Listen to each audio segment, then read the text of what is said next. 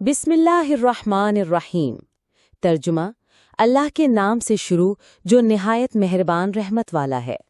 आप देख रहे हैं दिल से बातें 454, जहां कहानियां बनती हैं सबक और बातें जाती हैं दिल तक। बदसूरत बत्तख का बच्चा। एक खूबसूरत झील के किनारे एक बत्तख के यहाँ बच्चे पैदा हुए।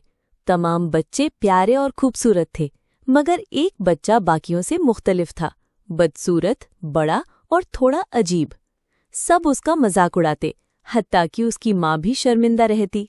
बच्चा उदास होकर जंगल चला गया। मुख्तलिफ जानवर उसे देखकर हंसते, लेकिन वो हिम्मत न हारा और एक दिन जब पानी में अपनी झलक देखी, वो हैरान रह गया। अब वो बदसूरत बत्तख का बच्चा नहीं, बल्कि एक खूबसूरत हंस बन चुका था। सब परिंदे उसके हुस्न को देखकर हैरत ज़दा थे। सबक ये है कि कभी किसी की मौजूदा हालत पर फैसला न करें। हर शख्स में खूबसूरती होती है, सिर्फ वक्त और सब्र की ज़रूरत होती है। अगर कहानी दिल को लगी हो तो दिल से शेयर कीजिए, और हाँ, सब्सक्राइब करना मत भूलिए। मिलते हैं अगली बात में, सिर्फ दिल से बातें 454 पर।